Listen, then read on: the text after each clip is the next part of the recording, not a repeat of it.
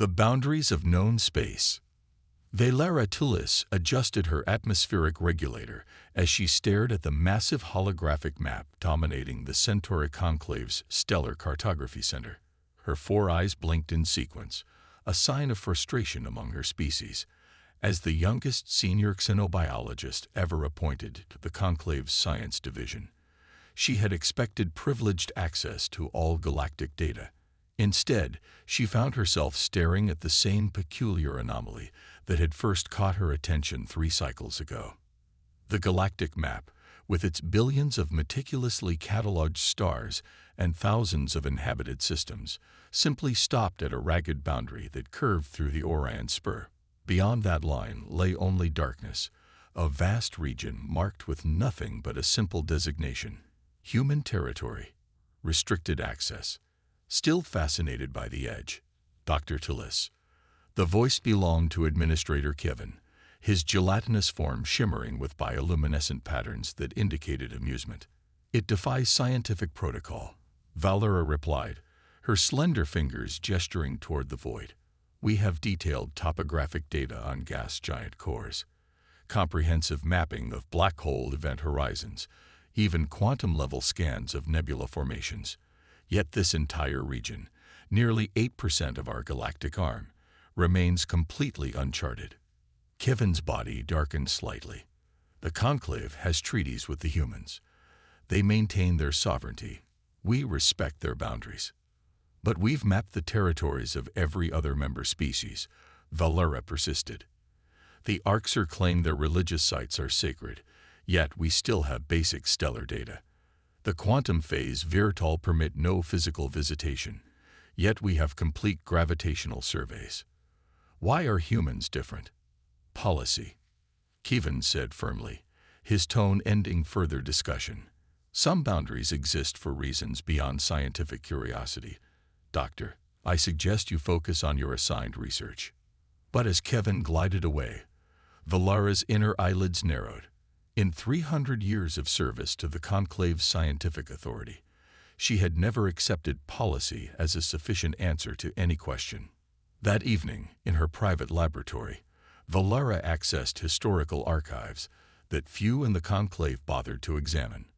Most species in the galactic community were forward-looking, paying little attention to history older than their most recent governmental reorganization. It was this cultural blindness that had allowed Valera to discover patterns that others missed. The screen before her displayed the earliest records of human contact, dating back only 127 standard years. Humanity had emerged into the galactic community suddenly, already possessing faster-than-light technology that they should have taken centuries more to develop.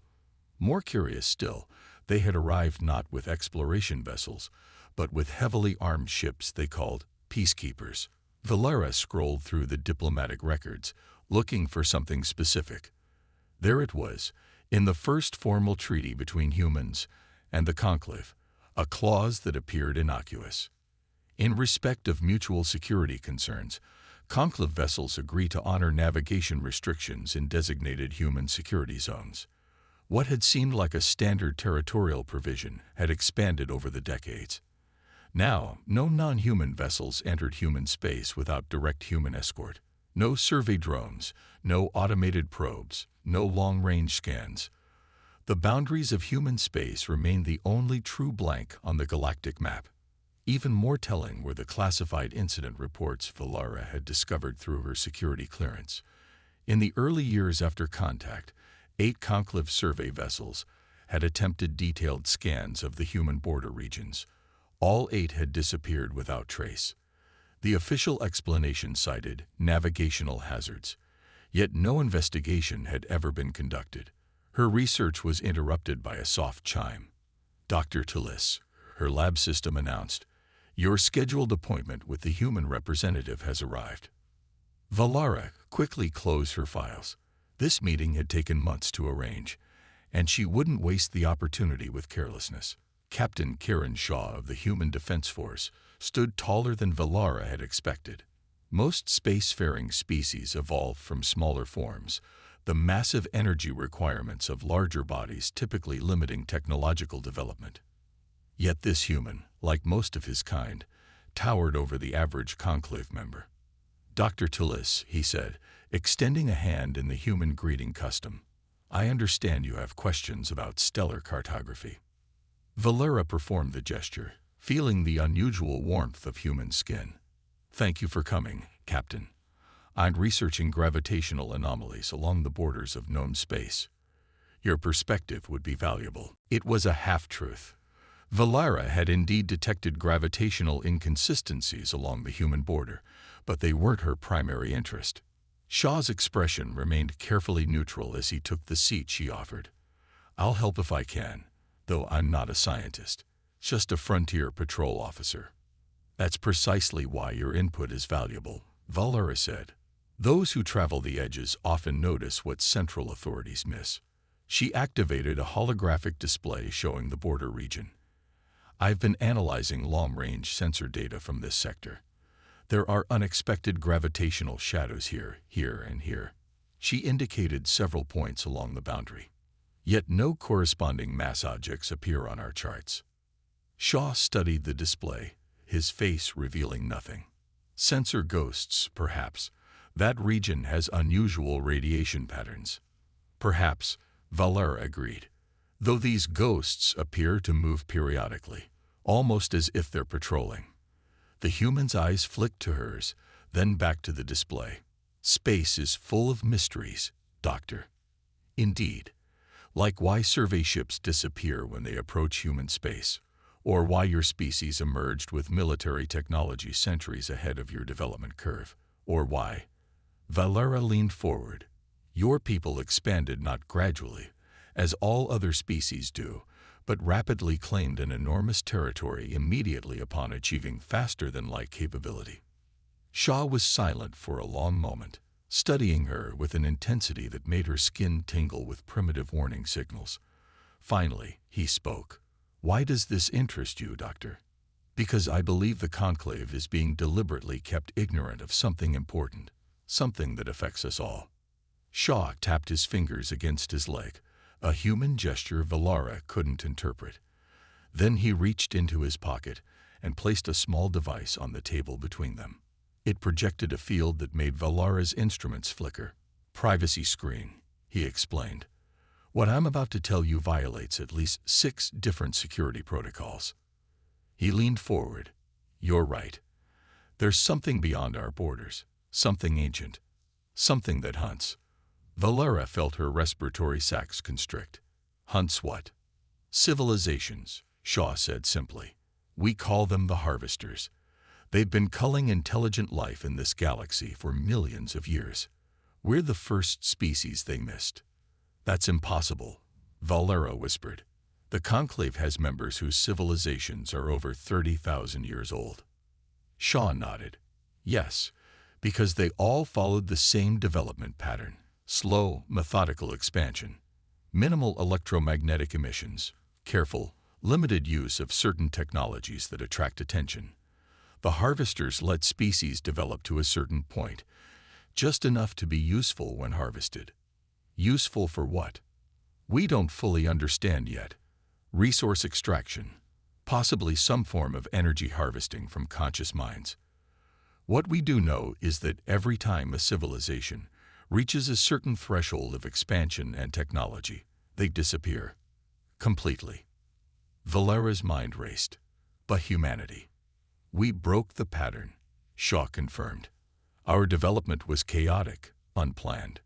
We blasted electromagnetic signals into space for centuries before we had space travel.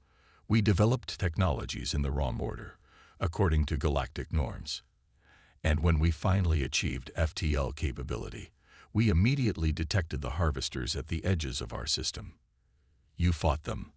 We're still fighting them. Every day. The reason human space is unmapped is because it's a war zone, Doctor. The reason we expanded so rapidly is because we're establishing defensive perimeters. Those gravitational anomalies you detected. Defense platforms. Thousands of them." Valera sat back, her mind struggling to process the implications. Why not tell the Conclave? With the combined resources of all species. "Politics," Shaw interrupted. When we first tried to warn the galactic community, we were dismissed as paranoid newcomers. By the time we had proof, there were too many vested interests in maintaining the status quo. The older species have survived for millennia by not attracting attention. They're not eager to join a war. So humanity fights alone. Shaw's face showed the first real emotion, a grim smile. That's what we do best, Doctor. But the situation is changing. The harvesters are adapting, pushing harder against our lines. We need allies now. Why tell me this? Because your research was getting dangerously close to attracting their attention. And because we need someone inside the conclave who understands what's at stake. He stood, deactivating the privacy field. There's a research station at these coordinates. If you want to see the truth for yourself, be there in 3 days. After he left, Valera sat motionless, staring at the blank spot on the galactic map with new understanding. The boundary wasn't just a political demarcation, it was a front line. And she had just been invited to cross it. The shield of civilization, the human vessel Vigilant, defied every principle of conclave ship design. Where conclave engineers favored elegance and efficiency, this craft was angular and overbuilt.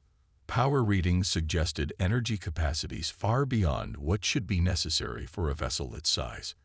And most tellingly, every system Valera could identify served dual purposes: scientific equipment that could be repurposed as weapons, habitat sections that could be sealed off and function independently, life support with redundancies upon redundancies.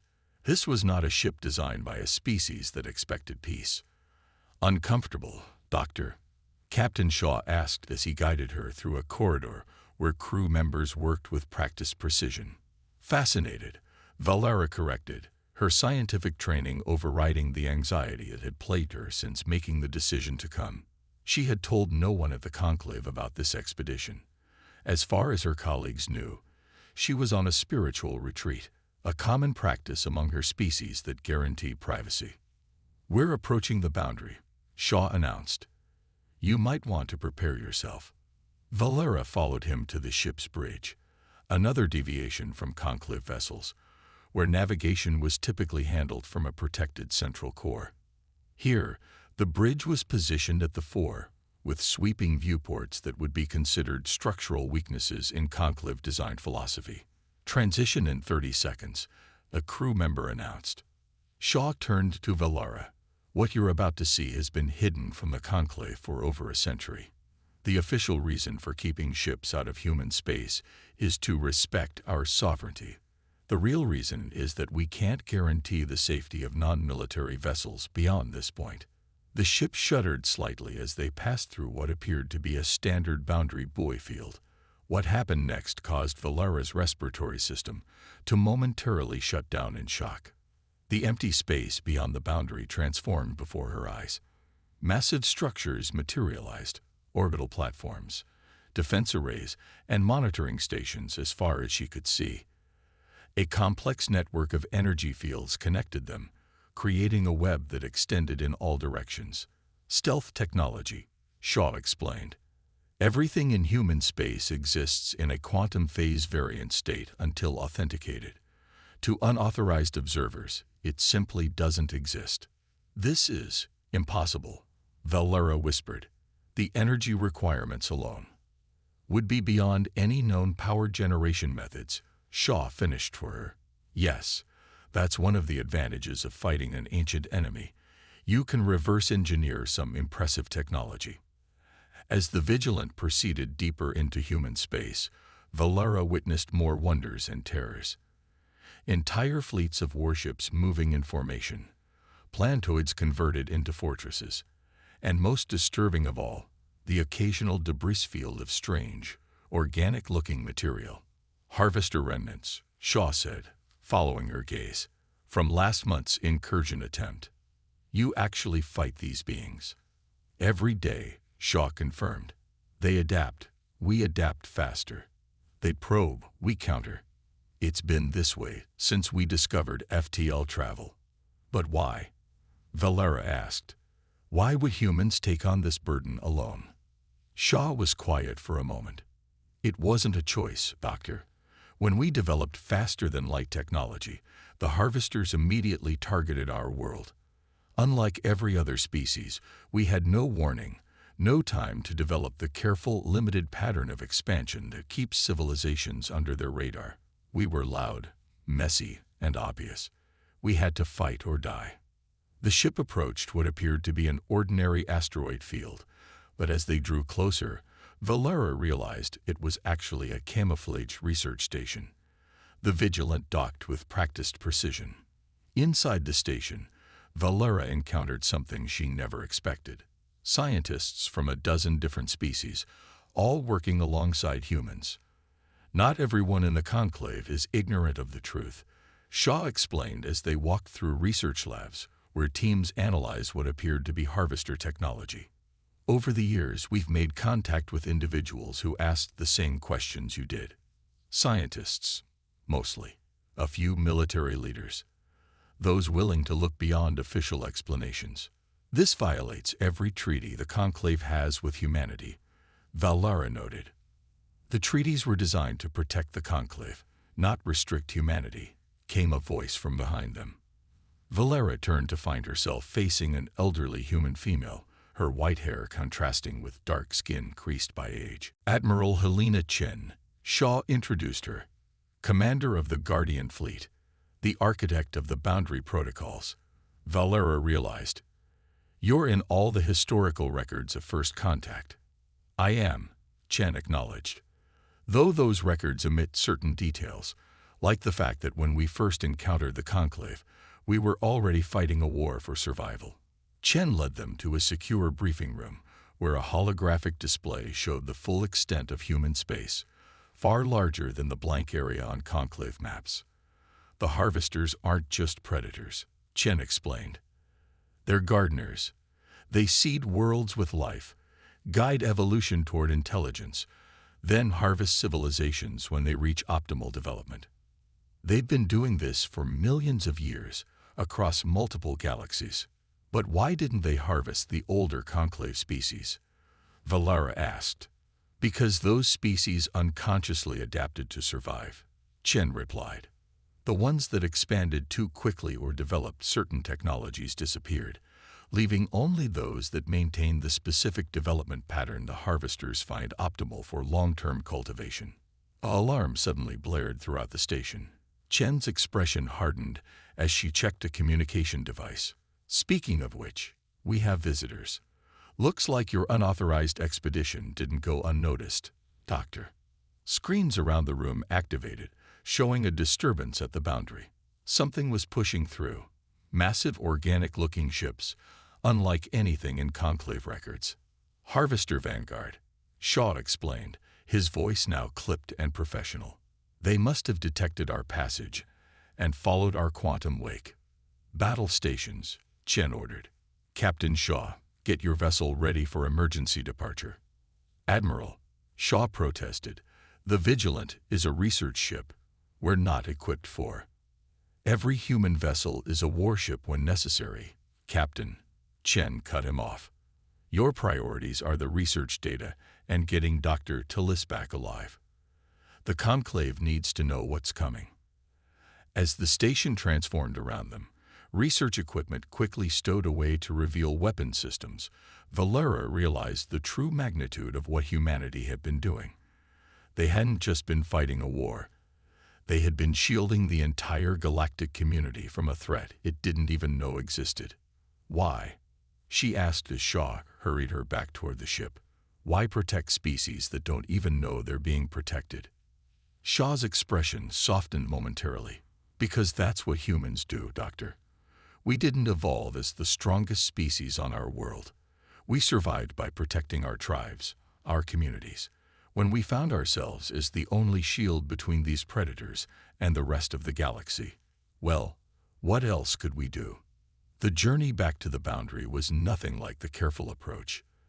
The Vigilant moved at full emergency power, flanked by human warships that had appeared seemingly from nowhere. Behind them, Valera could see the research station engaging the harvester vessels, organic-looking craft that moved with disturbing fluidity. "Will they survive?" she asked, watching the battle unfold on the vigilance screens. The station is designed to self-destruct rather than be captured, Shaw replied grimly. But yes, they'll hold long enough for the main fleet to respond. As they approached the boundary, a massive harvester vessel broke through the defensive line and moved to intercept them. Valara watched in horror as organic tendrils extended from its hull, reaching toward the Vigilant. Evasive maneuvers, Shaw ordered. The ship banked sharply, but the tendril grazed their hull. Alarms blared as systems began to fail. "They're in our systems," a crew member reported. "Quantum intrusion on all networks." Shaw's expression hardened. "Implement protocol firebreak." Throughout the ship, equipment began to shut down. Even the lighting dimmed to emergency levels. "Complete systems purge," Shaw explained to Valara. "We're going dark to clear the infiltration." For several terrifying minutes, the Vigilant drifted, defenseless. Valara could see the harvester vessel circling back for another pass. Then, suddenly, a massive energy signature appeared behind it. A human battlecruiser, easily 10 times the size of the Vigilant, emerged from stealth. It unleashed a barrage that tore through the harvester vessel, reducing it to fragments. "Perfect timing," Shaw breathed, relief evident in his voice. "Reboot primary systems. Let's get through that boundary before more of them show up."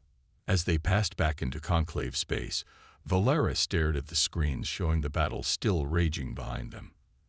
"The conclave needs to know about this," she said. "All of it. That's why you're here," Shaw replied. "We've tried official channels for decades. Perhaps what the conclave needs is one of their own to tell them the truth. They'll never believe me without proof." Shaw handed her a data crystal. "Everything we know about the harvesters is on this.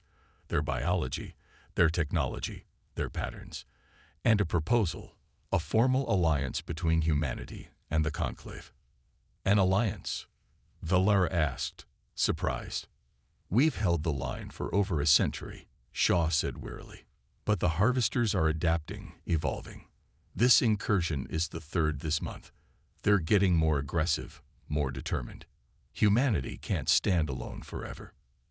As the Vigilant returned to normal space, Valara looked at the galactic map with new eyes. The blank space that had once represented human territory now signified something very different to her. A battleground where the youngest spacefaring race fought to protect the oldest. "The map ends at human space," she said quietly, "because that's where humanity has drawn the line." Shaw nodded. "The question now, Doctor, is whether the rest of the galaxy will stand with us when that line can no longer hold." Days later, as Valara prepared to present her findings to the Conclave Scientific Authority, she thought about the courage it had taken for humanity to stand alone against an ancient enemy. The map might end at human space, but perhaps, she thought, that's where true understanding of the galaxy would finally begin.